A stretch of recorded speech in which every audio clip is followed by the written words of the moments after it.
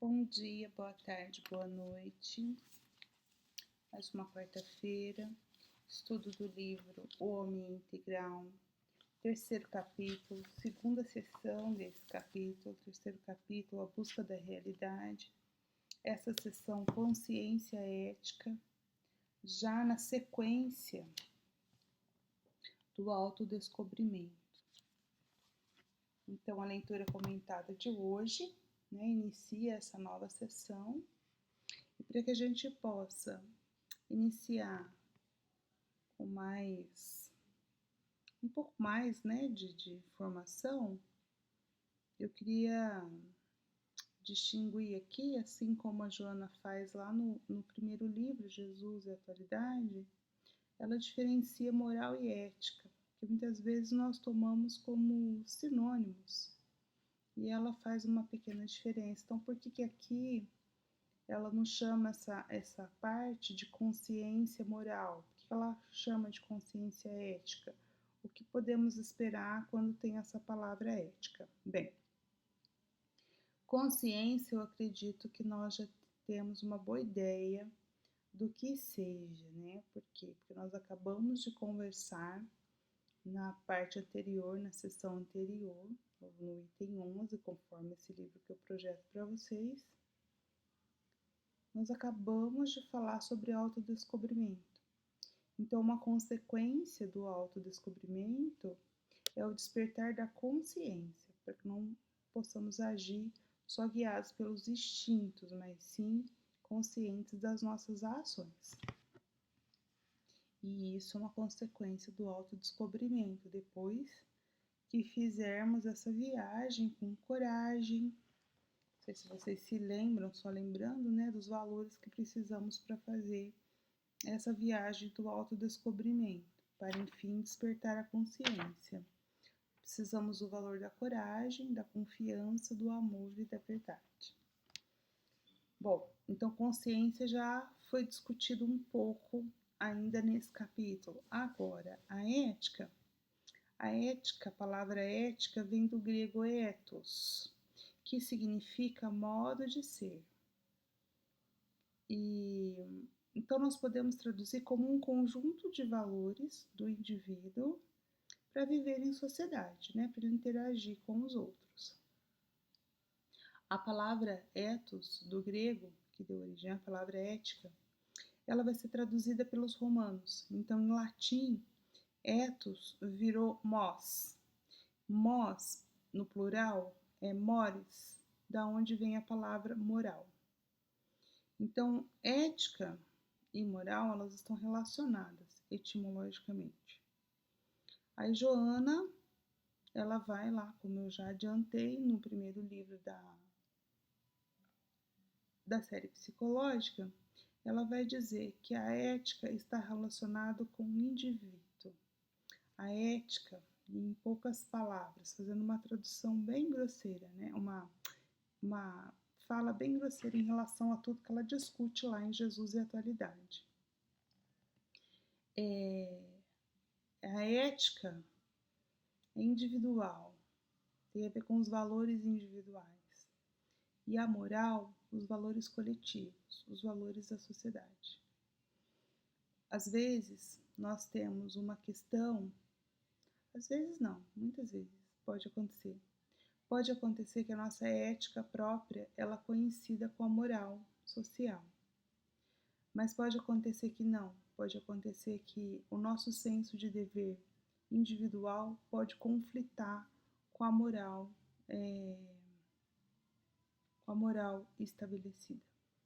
Lá nas discussões, se eu não me engano, pois o Márcio pode me ajudar, ele que lembra, talvez mais que eu, se eu não me engano, é no capítulo Jesus e Dever, que ela discute sobre ética e moral. Então eu convido vocês a darem uma olhadinha, quem já estudou conosco, Jesus e Atualidade, que relembre, quem não estudou, possa procurar e ler, vale muito a pena. Essa questão do desenvolvimento da ética pessoal e o relacionamento que isso tem com a nossa evolução, E é isso que ela vai discutir novamente aqui, claro, de um ponto de vista mais profundo, porque ela vai fazendo isso nos livros da série psicológica, ela vai aprofundando os conceitos. Então, Jesus e a Atualidade acaba apresentando vários conceitos de maneira mais superficial, mais na superfície, mas não deixa de ser interessante, né? E aí ela vai abordando aqui nos outros livros, no caso esse é o segundo, de maneira mais profunda e aprofundando cada vez mais. Então convido vocês a mergulhar agora nessa questão que ela nos convida, que a mentora nos convida, sobre a consciência ética. Ela usou ética porque ela está querendo dizer que isso tem a ver com o nosso despertamento individual, ou seja, com o nosso processo de individuação pessoal. E eu queria dar um exemplo que a gente discutiu lá, né, quando a gente estudou Jesus e a Atualidade, que pode ter certas situações, vamos pensar no nosso modelo maior, Jesus. Nosso modelo maior, Jesus, ele vai, em algumas situações que a biografia dele, que está registrada pelos evangelistas, nos mostram, que ele tem uma consciência ética, claro, ele foi nosso exemplo, né? Extremamente refinada, e nos deixa os exemplos dessa consciência ética. Ele sabia qual era o dever dele e o que ele deveria fazer. Mas nem sempre isso coincidia com a moral da sociedade. Tanto é que muitas vezes ele é, como se diz, desafiado, enfrentado pelos fariseus. Olha lá, o Márcio está dizendo aqui, ó, no capítulo Jesus e Humanidade. Agradecida, viu, Márcio? Todos nós agradecemos. Enfim, por exemplo, quando ele vai jantar lá na casa do cobrador de impostos, do Zaqueu, por exemplo. Tem um outro cobrador de impostos que ele vai quando ele chama Mateus, que era um cobrador de impostos, né, para ser seu discípulo. Ele está tendo um comportamento ético, porque ele sabe o que ele precisa, ele sabe o respeito que se deve a cada pessoa, inclusive o potencial, vou usar Zaqueu, por exemplo, o potencial de Zaqueu ou o potencial de uma Maria de Magdala, né? Só que para a moral daquela sociedade ele estava sendo imoral, vocês concordam? Entende o que eu estou querendo falar? Se eu pensar em moral, de acordo com a definição que Joana vai nos trazer, como um conjunto de valores coletivos, para aquela coletividade, a convivência com prostitutas e cobradores de impostos, que até eles chamavam de pessoas de má vida, era um comportamento imoral. Mas de acordo com a ética pessoal de Jesus, que enxergava ali um irmão, era ético, mas não era moral. Deu para entender, gente? É mais ou menos isso. Então, assim, tem alguns momentos que ética pessoal e moral social, elas coincidem, mas nem sempre. Então, o que é importante, é por isso que a mentora fala em ética e não em moral, porque ela quer dizer o seu compromisso consigo mesmo. É uma frase da Madre Teresa, né? Nunca foi, sempre foi entre você e Deus, nunca foi entre você e o outro, mas sempre em você e Deus. Então você tá na sociedade, está no meio social, o homem é um ser social, vive em sociedade em prol da sua evolução, mas a evolução de cada um é feita de maneira individual, o processo de individuação é de cada um. Na coletividade, você pode ser ajudado ou atrapalhado, né? Na verdade, sempre ajudado, porque quando você acha que o outro está te atrapalhando, ele está te ajudando a mostrar defeitos ou valores que você tem, defeitos que você tem ou valores que você precisa desenvolver. Então, ele está sendo um instrumento na tua vida, né? Mas isso tem a ver com você e não com o outro. O outro é um instrumento. Tá bem? Então, vamos para a leitura. O homem. Então, para ler. Peraí, deixa eu subir um pouquinho aqui para vocês.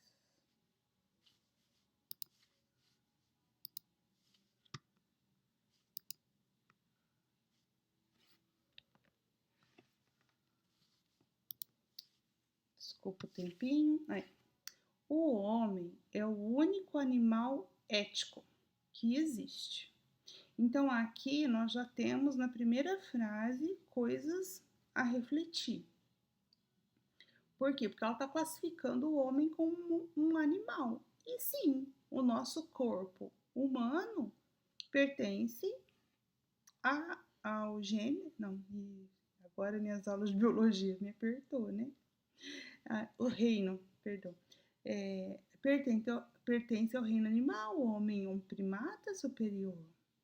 Então, o corpo, sim, é um animal, né? Agora, espiritualmente falando, em termos de classificação espiritual, o que nós sabemos, o que nós aprendemos com o estudo da doutrina espírita? Que aí existe uma diferenciação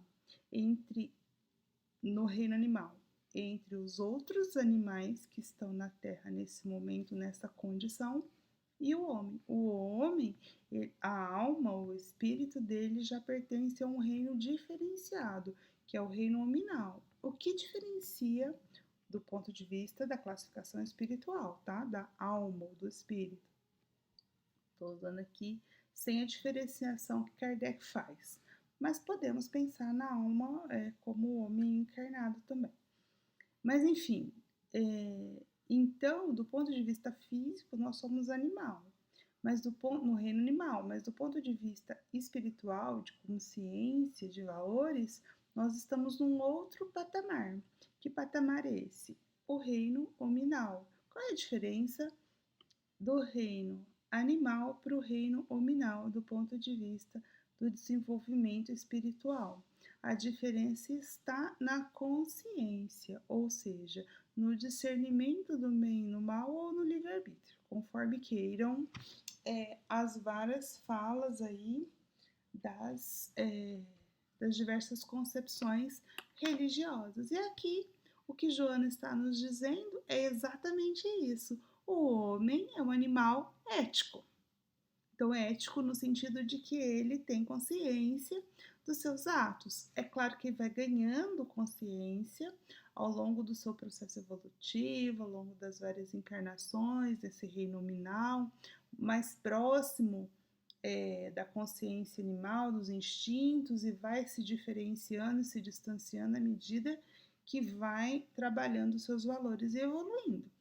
Mas é o único animal ético que existe no planeta Terra. Aí ela continua. Não obstante, ou seja, ela vai dar um contraponto aqui, porque ela está dizendo que o homem é ético. É isso que ela está dizendo, é um animal ético. Mas, aí ela vai fazer um mas aqui. O que ela vai falar? Um exame da sociedade nas suas variadas épocas, devido à agressividade bélica, à indiferença pela vida, à barbárie, de que dá mostras em inúmeras ocasiões, nos demonstre o contrário. Tá vendo? Era um mais, né? Então, o homem é um animal ético. Mas onde essa ética, quando nós olhamos para a situação em que vivenciamos muitas vezes, que ela listou aqui, numa guerra, na indiferença pela vida, na barbárie em muitas situações, a gente pode pensar no massacre, né, dos judeus na Segunda Guerra, na Inquisição, nas cruzadas, nos circos romanos, enfim, em muitas situações. Onde é a ética? Essa é a pergunta. Onde é a ética? Porque a ética, lembra, é um modo de ser guiado por um conjunto de valores. Cadê os valores humanos? Ou seja, aqui o que ela está dizendo, o que caracteriza o homem como homem? Aqui está um ser humano. Quando a gente fala, né, essa situação não é humanitária. O que a gente está querendo dizer? Isso não é próprio do ser humano. Então, será que nós podemos encontrar seres humanos que não têm valores, né? Aqui está um ser humano, né? Onde isso? Isso me parece uma contradição, é isso que ela está dizendo. Não uma contradição, mas me parece que essa ética ainda não está em pleno funcionamento. Então, vamos ver o que ela continua falando. Mas é isso que ela está dizendo aqui, né? Somente ele pode apresentar uma consciência criativa.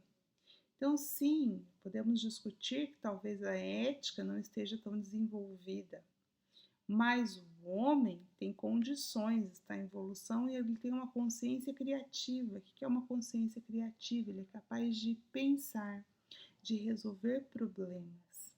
Fisicamente falando, fisicamente, né? O cérebro.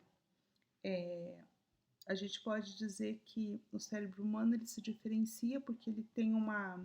Porque o cérebro ele é feito em camadas, né? Não sei se vocês já viram o cérebro trino. Inclusive na obra de André Luiz, ele, não lembro qual livro, mas ele fala do cérebro trino. Então, assim, a gente tem um cérebro como se fosse o cérebro primitivo ou reptiliano, vocês devem ter ouvido falar nesse termo, cérebro reptiliano, onde está registrado o quê? Está registrado os nossos instintos de sobrevivência. Depois, aí os animais já têm uma outra camada, então é como se fossem camadas que foram sendo construídas pela evolução biológica. Aí tem a próxima camada. Na próxima camada, você já tem um cérebro um pouco mais sofisticado. E por fim, onde eu quero chegar, né? O ser humano ele tem uma terceira camada que é o lóbulo frontal. O lóbulo frontal ele é a parte do cérebro que entra em funcionamento quando nós temos que resolver problemas e tomar decisão. Então é nessa parte que nós vamos ter a questão ética, né, sendo trabalhada do ponto de vista físico, né? E aí do ponto de vista espiritual, a gente sabe que existe uma ligação com a glândula pineal e tudo mais, que essa comunicação se dá através disso. Mas o que acontece quando nós estamos sobre emoções muito fortes ou situação de vida ou morte? Nós desligamos a capacidade que a gente tem de usar o lóbulo frontal e só funcionamos, quando a gente fala que a gente está funcionando no automático, é porque o que funciona é o cérebro reptiliano. Então, numa situação, por exemplo, quando você é dominado pela raiva, você pode, como dizem as pessoas, né, agir sem pensar. O que é esse agir sem pensar? Não é que você não pensou, você pensou, mas você pensou com o cérebro reptiliano. Você não fez o cálculo de como você poderia resolver aquele mesmo problema de uma forma melhor. Você acaba agindo pelo instinto usando o cérebro reptiliano, ok? Bom, eu vou parar por aqui, porque se a gente tivesse que falar sobre isso, dava para falar aí umas 2 horas. Mas eu acho que já deu para entender. Nós temos, enfim, uma consciência criativa, ou seja, o nosso lóbulo frontal, fisicamente falando, nos dá a capacidade de pensar e resolver problemas. Mais que isso, nos dá a capacidade de enxergar a beleza, de enxergar para além das coisas, de pensar transcendentalmente, ou seja, quando nós falamos que nós temos uma ideia de Deus, nós não vimos Deus, nós não tocamos Deus com os nossos sentidos, mas nós temos a ideia de Deus. O que é ter a ideia de Deus? A ideia de Deus é algo que eu só consigo processar numa consciência ou num cérebro, no caso fisicamente, de novo falando, que tem uma capacidade maior de imaginação e de criatividade. É dessa criatividade que ela está dizendo, que ela está falando. Nós conseguimos fazer isso. Nós estudamos aqui nesse livro a questão dos mitos. Então, é esse homem, essa capacidade de consciência criativa que vai criar situações em que ele vai criar, me fugiu a palavra, símbolos, vai criar símbolos para representar situações morais, né? Aí morais eu estou falando da sociedade mesmo, né? Que moral essa sociedade quer passar, que lição, enfim, que valores a sociedade quer passar de uma geração para outra foram construídos através dos mitos e hoje a gente vai construindo através da nossa educação formal. Então a gente tem sim essa consciência que ela está chamando criativa. Então vamos lá, ó. Somente ele pode apresentar uma consciência criativa. Ela coloca até entre aspas. É porque ela está criando um termo para dizer essa consciência criativa que vai se reinventando, que tem a capacidade de imaginar, de pensar, de resolver problemas. Pensar em termos de abstrações como a beleza, a bondade, a esperança e cultivar ideais de enobrecimento. Essa consciência ética nele existe em potencial, aguardando que seja desenvolvida mediante e após o autodescobrimento. A aquisição de valores que lhe proporcione o senso de liberdade para eleger as experiências que lhe cabem vivenciar. Olha como é profundo isso que a mentora está nos dizendo e como ela ligou todas as partes que nós já estudamos nesse livro. Veja então, por que ela está dizendo que o homem é o único animal ético e a gente não vê ética no mundo? Essa foi a pergunta que ela fez para nós. Por que o homem é um animal ético, mas a ética não está no mundo? Nós não vemos isso no mundo, ela não se transformou numa moralidade ética. Eu estou até inventando uma palavra, né? Nem sei, mas é isso, uma moralidade ética. Por que nós não vemos isso como reflexo na sociedade na qual estamos inseridos? Porque a ética no homem está em potencial. O que está em potencial? É como o potencial da semente de ser árvore. A semente não é árvore, mas dentro dela existe todas as informações para que nas condições exatas de temperatura e pressão ela possa desenvolver o seu potencial e vir a ser árvore. E nós somos isso, né? Nós somos um animal que estamos desenvolvendo a nossa capacidade de escolha, de livre-arbítrio, errando e aprendendo, aprendendo e errando, vivendo e aprendendo a jogar, né? Para que a gente possa desenvolver a nossa consciência ética.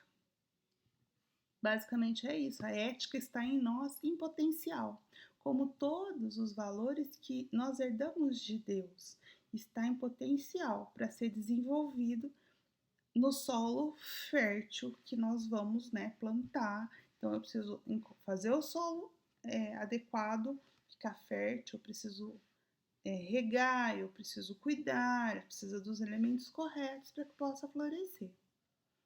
E uma das coisas, ou seja, o solo onde essa consciência ética vai brotar, chama-se autodescobrimento, que foi a sessão anterior.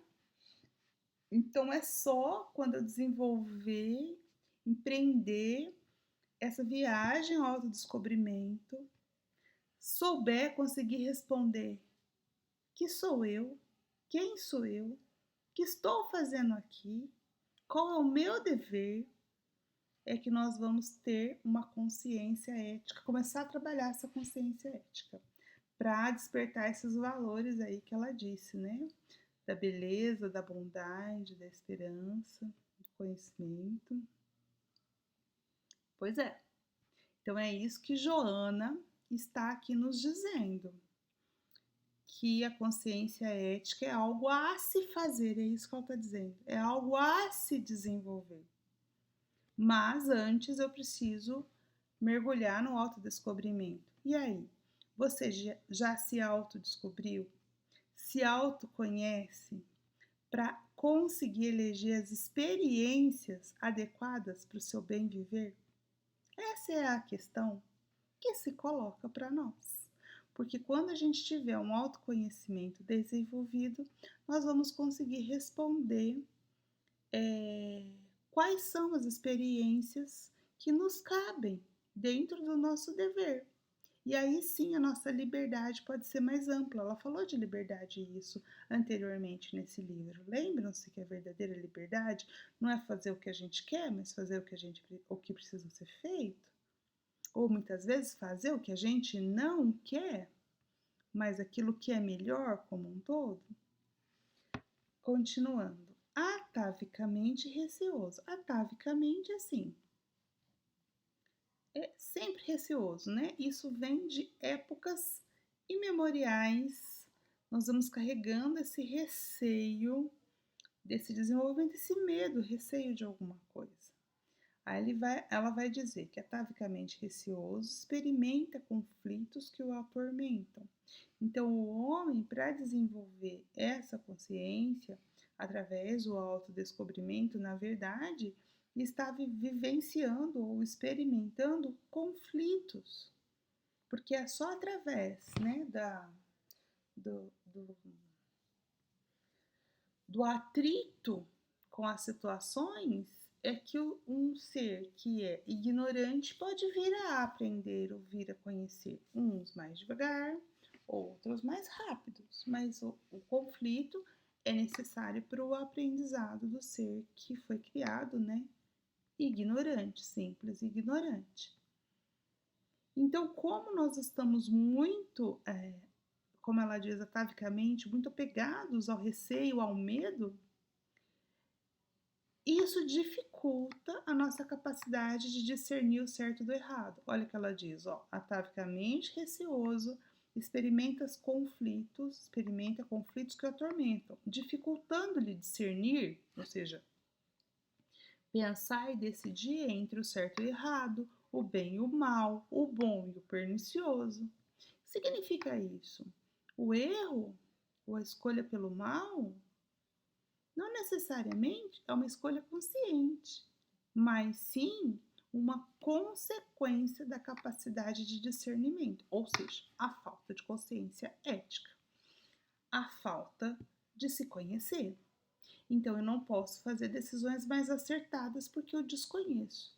Então, o que é o mal no fim das contas? O mal é a ausência de bem, porque o bem é quando eu já tenho essa consciência ética desenvolvida.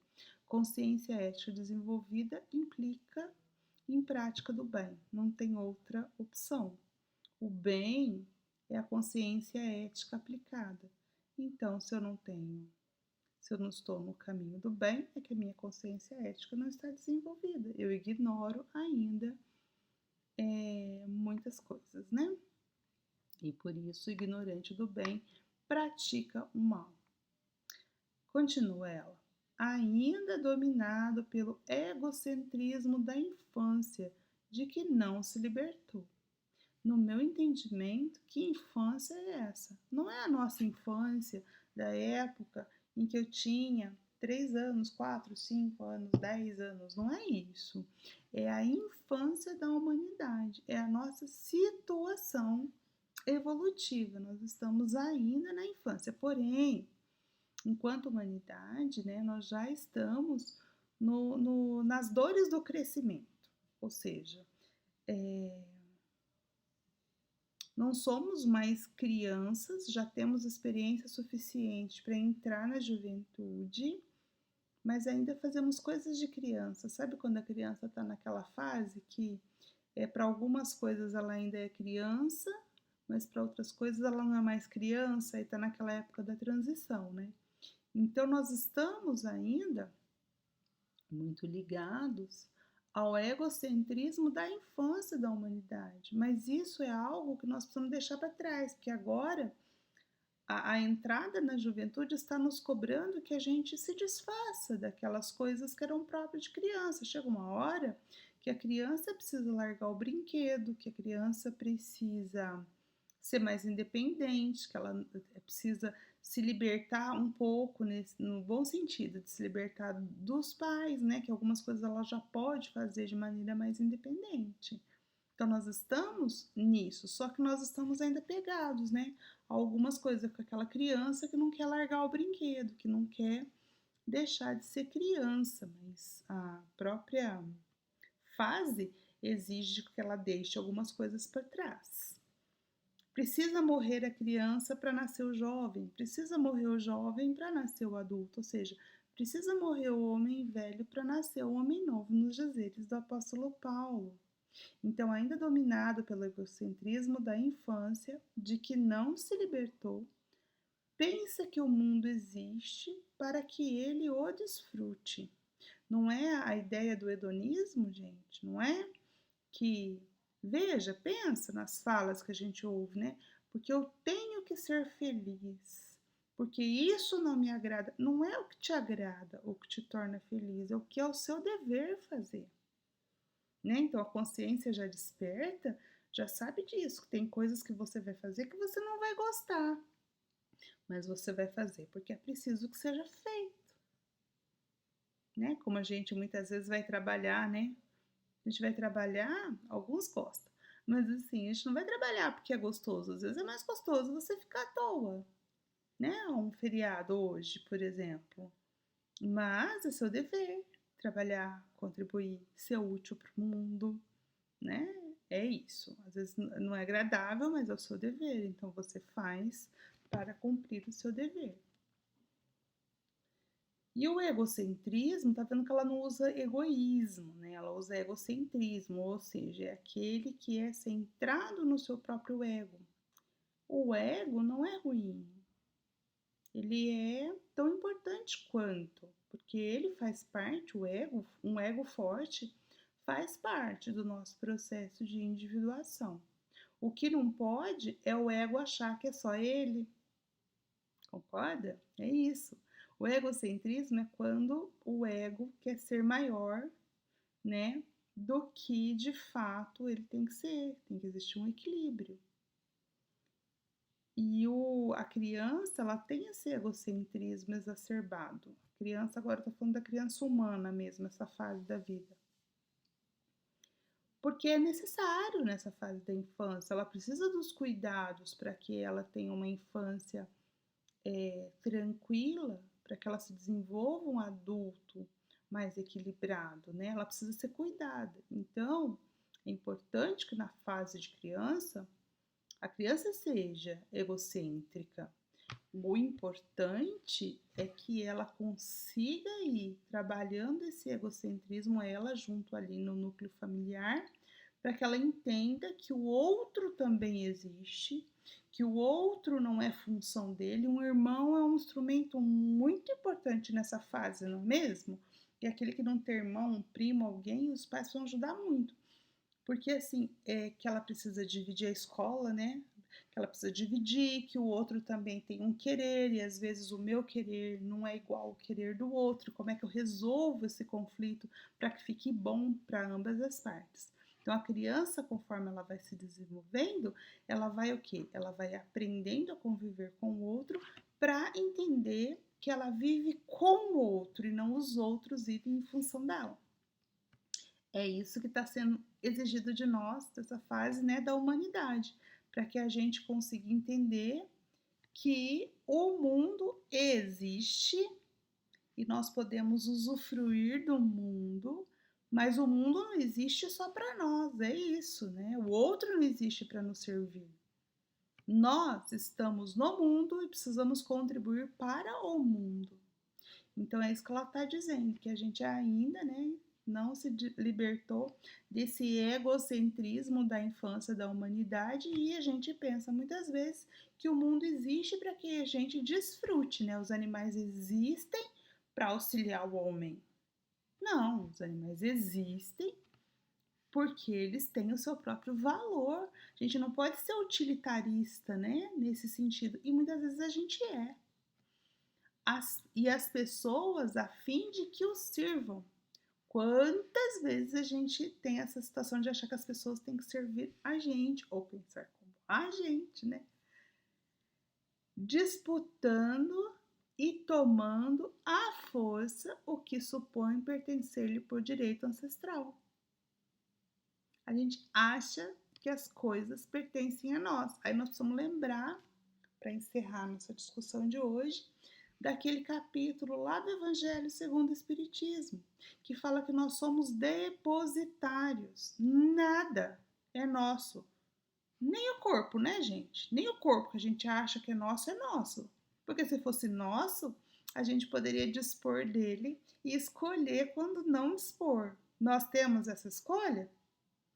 Você pode, quando Deus diz assim, chegou a sua hora, você pode se apegar ao corpo e não pode. Então o corpo não é nosso. Tudo, o corpo pertence ao planeta Terra que nos acolheu. E quando nós saímos dele, ele vai voltar para os elementos, se desintegrar para os elementos da Terra. Do pó veio, do pó retornará. O que é nosso de fato é o nosso pensamento e as nossas ações. O corpo é só um instrumento, uma ferramenta que a gente usa para fazer isso aqui no planeta Terra. Então, veja, se nada de fato, pensando no Evangelho, Se nada de fato é nosso, nós somos depositários, que possamos ser fiéis depositários, conforme a parábola, né, que Jesus nos contou. Por quê? Porque um dia nós vamos ser cobrados. O que fizeste daquilo que eu te dei? O que fizeste dos talentos que eu te dei? E aí? Você recebeu um talento, o que você fez? Enterrou? Ou você fez ele render? Essa é a parábola dos talentos, né? O que você fez daquilo que Deus te emprestou. E muitas vezes a gente esquece disso, a gente não acha que é empréstimo, a gente acha que a casa é nossa. Não é, gente? Que a casa é nossa, que o filho é nosso, que a mãe é nossa, que o pai é nosso. Nada é nosso. O que nos pertence é só aquilo que fazemos e os valores que desenvolvemos. E isso vai ser nosso, porque permitiu nosso Pai que nós pudéssemos desenvolver esses valores e serem aquisições eternas do Espírito, que a traça não rói e o ladrão não leva. São os valores. E quais são os conjuntos de valores que nos permite viver bem com os outros? É o que os gregos chamaram de ethos ou ética, e é isso que nos cabe desenvolver. Por hoje é isso. Agradeço a todos vocês que acompanharam até agora. Até semana que vem.